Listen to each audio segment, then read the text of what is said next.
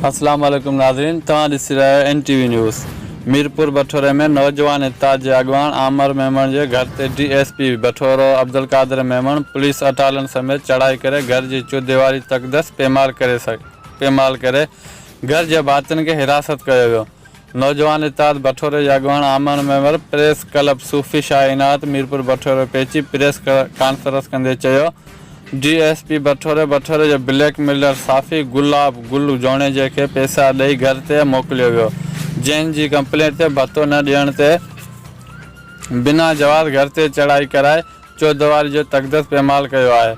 IG Sindh police ऐं SSP सिजाल notice वठी नौजवान इत्ताद जे अॻवान आमर मेमण चयो त मूं सां इंसाफ़ कयो वञे, ॿी सूरत में एहतिजाज जारी रखियो वेंदो। रिपोर्टर नज़रعلي मेमण NTV न्यूज़ मीरपुर बठोरो।